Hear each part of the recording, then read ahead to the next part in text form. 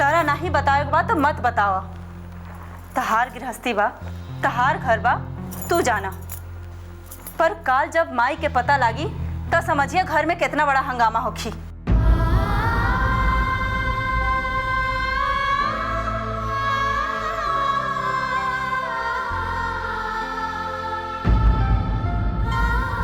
देखा पूजा, एगो औरत ही औरत के दुख समझ सकेली।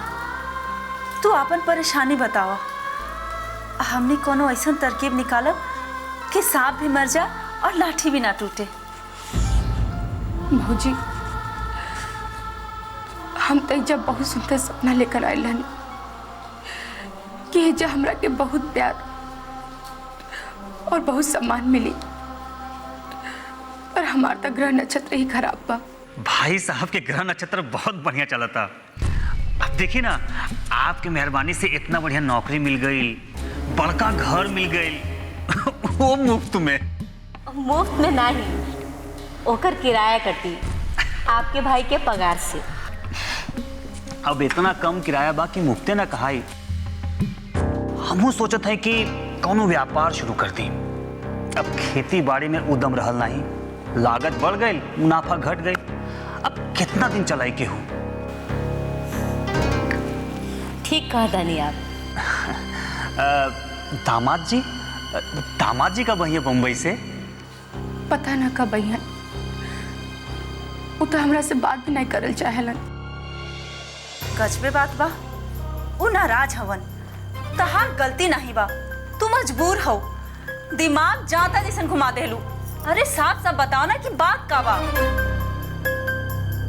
भौजी, हम ब्याह करके जब एजा आईनी था, हमार सासू माँ इनकर कुंडली में नागिन दोष के बारे में बतावत रहली। नागिन दोष? हाँ, और कहत रहली कि जब ले सम्राट 25 बरिस के ना हो जाइए, वो अपन पत्नी के साथ पति पत्नी वाला संबंध नहीं के रख सकत, और अगर वो संबंध राखी तो अगर मृत्यु हो जाए। हम उनकरा के वचन दे दिली कि हम 1 साल ले ब्रह्मचर्य जीवन जियब। बहुत बढ़िया कैलू। गलती दामाद जी के नहीं बा, तहार बा। अरे तहरा के तो ऊ मिले के चाहिए। बड़का खेल में लोग जीतेलन तक का मिलेला? ट्रॉफी। हाँ, उहे टाफी। तहरा के टाफी मिले के चाहिए। इतना पढ़ा लिखल हो के ऐसा उल जुलूल बात पे विश्वास कर ले लू। उमा जी इतना विश्वास के साथ। वो सब छोड़ा, सबसे पहले तू अपन गृहस्थी से कुंडली के चक्कर हटावा। बबूल के पेड़ में कहीं आम नहीं फरेला, बुझलू?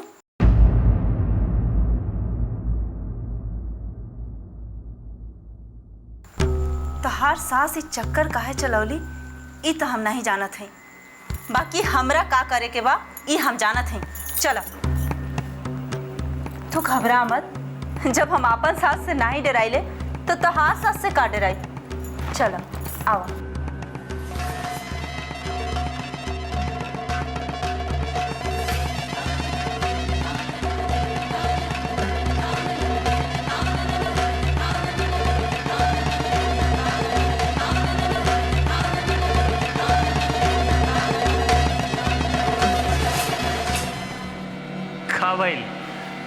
देख ले लो घर। पूजा बेटी, अपन भौजी के चाय नाश्ता ना करेलू? अम्मा जी, वो सब तो होत रही। पहले एगो बात बताई, आजकल तो गांव में भी केहू ये सब फालतू बात पे विश्वास नहीं करे। फिर आप कैसे कर ले ली?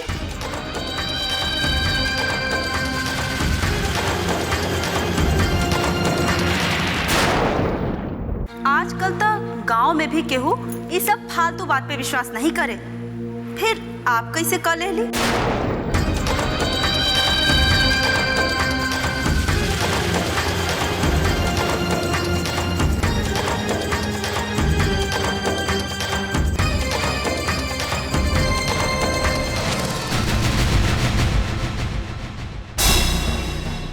हम कुछ समझनी नहीं। गजबे बात था। सब कुछ करके कहत है, हम कुछ समझली नहीं। ए चुप, का बकत हो? हमने तो सोचले रहली आप बड़ लोग हैं, ए जमाना के पढ़ा लिखा लोग हैं, पर आपके सोच इतना पुरान होखी ई ना मालूम रहे। आप कुंडली के फेर में पड़ के अपन बेटा बहू के गृहस्थी उजाड़े में लग गई।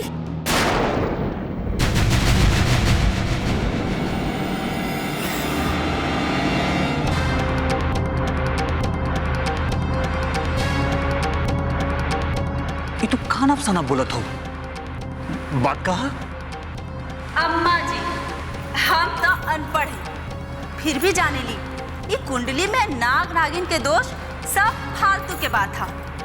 आजकल तो गांव देहात में भी केहू ऐसन बात पे विश्वास नहीं करेला, फिर आप तो शहर के पढ़ा लिखा लोग हैं, आप कैसे ऐसन बात पे विश्वास कर लेली? कुंडली में नाग नागिन के दोष ई का चक्कर है, कुछ हमरा के भी बताइबू? इनकर विश्वास बा कि दामाद जी के कुंडली में चढ़ती नागिन के दोष बा, यही से दामाद जी और पूजा के 1 साल तक अलग अलग रह के पड़ी, जेकरा चलते दामाद जी ब्याह के 2 दिन बाद बम्बई चल गईलन। अच्छा, तो ई मसला है। माँ जी, आपके ऐसा नहीं करे के चाहता। अगर आपके कुंडली वाला बात पे विश्वास रहल तो ई बात ब्याह के पहले बतावे के चाहत रहल, ब्याह के बाद नहीं।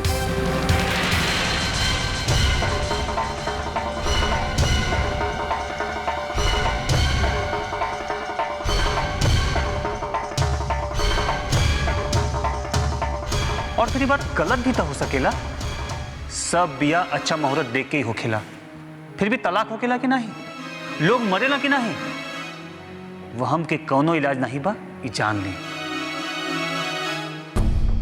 शायद आप ठीक कहतनी, हमरा कुंडली के फेर में आके अपन बेटा बहू के खुशी ना छीने के चाहत रहे, पर का करती, माई है ना, माई के ममता के आगे हम मजबूर हो गई नहीं।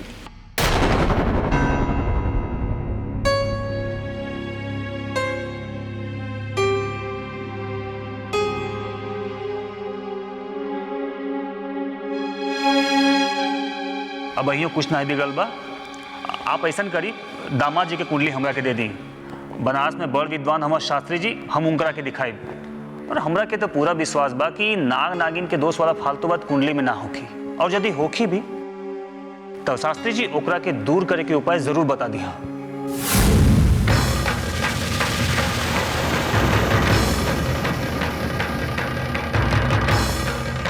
गजबे बात बा, आप अबहियो सोचत हैं, आपके तक कुंडली झट से देवे के चाहत रहल।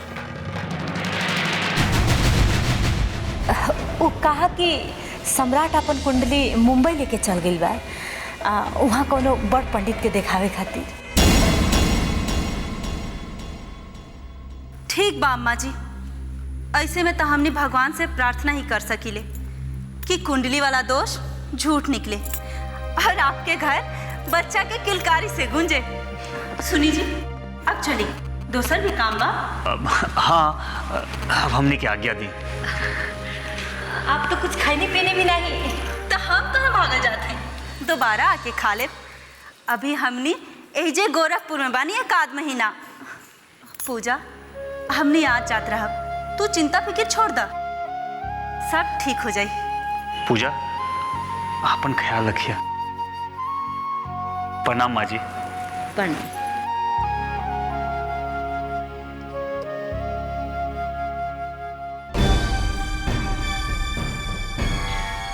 बहुत छटकत बिया एकर भौजी, एकर पर काटे के पड़ी। गोरखपुर से एकर दाना पानी जितना जल्दी उठ जाए उतने अच्छा बा।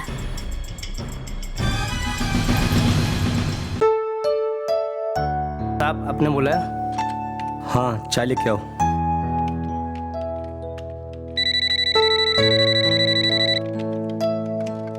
हेलो जी मैडम, जी आवत है।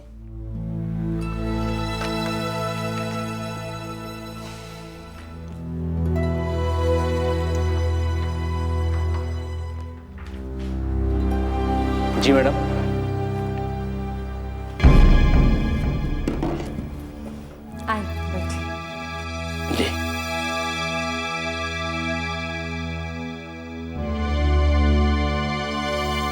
कंपनी जौन आपके मकान देले बिया, आपके भाई भावज के कैसन लागल?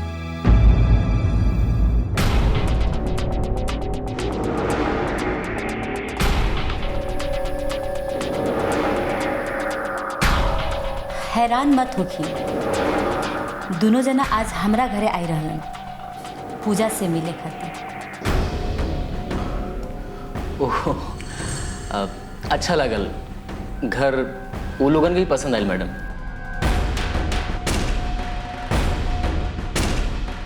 पर हमरा के उ लोग के हमार घर पे आई पसंद ना आई।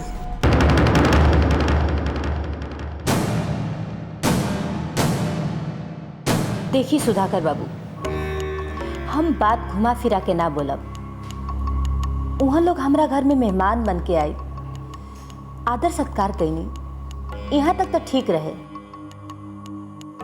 पर वहाँ लोग के वजह से हमार घर के शांति भंग होके लागल, ई हमरा नीक ना लागल।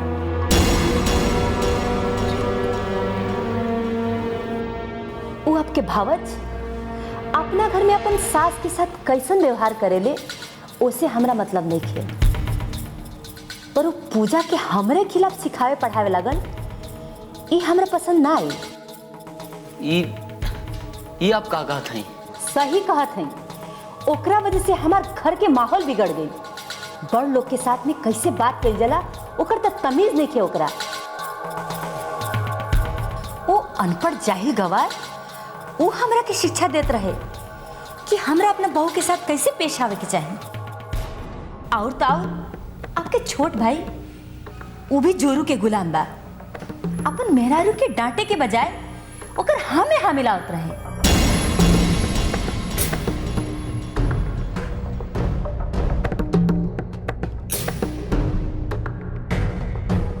देखिए सुधाकर बाबू, हम ना चाहब कि वो लोग दोबारा हमरा घरे आए। गोरखपुर में रह लोग तो फिर आ सकेलन, और हम जबरदस्ती तो अपन घर से ना निकाल सकीले।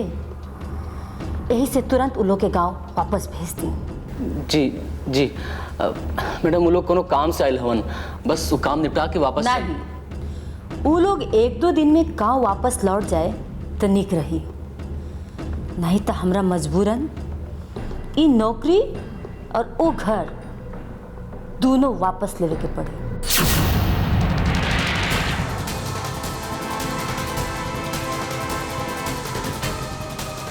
आपके नौकरी और घर देनी एक मतलब ई तो ना हुई कि आपके भाई और भावज हमारे घर में आके हमार बेइज्जती करे।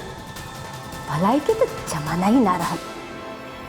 आप जल्दी से वहाँ लोग के वापस भेज दी, ना तो घर के चाबी और इस्तीफा मैनेजर के दे दे।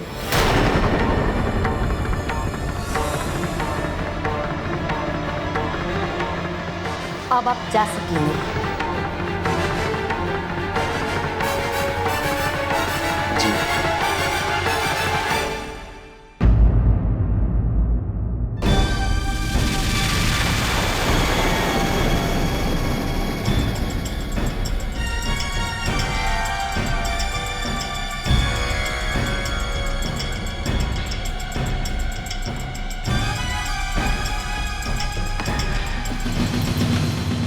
प्रभाकर,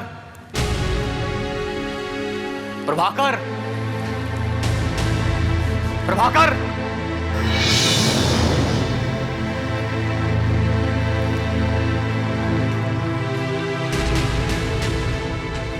आखिर तो लोग मनला नहीं, आवते हमार नौकरी छड़ावा के इंतजाम में लग गई। अरे का जरूरत रहे तू लोग के पूजा के घर जाके?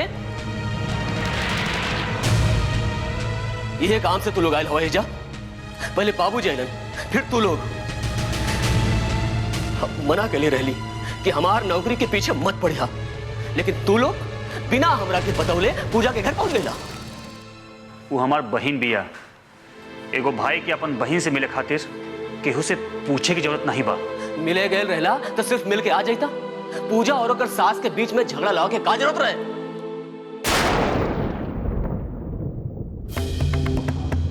तू लोगन की वजह से आज हमरा के कितना सुने के पड़ल बा, और तू ओहिजा जाके पूजा के का उल्टा सीधा सिखा देलू। गजबे बात हम काहे के उगे उल्टा सीधा सिखाई। अच्छा, बिना कुछ सिखौले ही पूजा के घर में झगड़ा हो गई। अरे पूजा के सास कितना बिगड़त रहली पता बा? कहत रहली कि तोरा के तो बात करे तक का तमीज नहीं के। पढ़ल लिखल नहीं हो लेकिन दिमाग तो बा। तू तो लगन के बीच में आ लगा चल जेबू, लेकिन भुगते तो हमारे कहीं पड़ी। अच्छा बाकी पढ़ल लिखल नहीं बिया, नहीं तो आप ही के लेकर पूजा के सास के पीछे दुम हिलावत। प्रभाकर! अरे कहा प्रभाकर? हाँ, अंधा हो गए हैं आप। आपके नौकरी एक हाथ दियल गई है कि आप अपन आंख बंद रखी ताकि बहन के आंसू ना देख सकी। ई आलिशान घर आपके मुफ्त में एक हाथ दियल गई है कि आप अपन बहन के पुकार नहीं सुन सकी, ओकर दुख दर्द नहीं सुन सकी। अरे कैसन भाई हैं आप? हाँ? और पूजा दुखी बिया, परेशान बिया, और आप ओकर चिंता छोड़ के अपन नौकरी की चिंता कर रहा बानी। कुछ नहीं भाई बा पूजा के, तू लोग जबरदस्ती तिल के ताड़ बनाओ ताड़ा। पूजा वही एकदम खुश बिया। ये आप नहीं खाते हैं, पूजा के सास आपके मुंह से कलवावत दिया। शर्म आवत हमरा कि आपके सोच देख के। पैसा कमावे के धुन में आप बहन के प्रति अपन फर्ज भी भुला देने। दूसर पे उंगली उठावे से पहले खुद आपन गिरेबान में झांका। तू दोनों जन पैसा खातिर घर में का बाउंडर कैले हवा सबके पता बा। ठीक बा, पैसा हमरा के प्यारा रहे और प्यारा बा, लेकिन सिर्फ पैसा नहीं। पैसा खातिर हम आपन लोग के खुशी नहीं बेच सकेली। मालूम बा, जब बाबूजी के ऑपरेशन खातिर पैसा की जरूरत रहल तब तू दोनों जन जमीन बेचे के नाम पे बवाल खड़ा के दिले रहला। याद बा?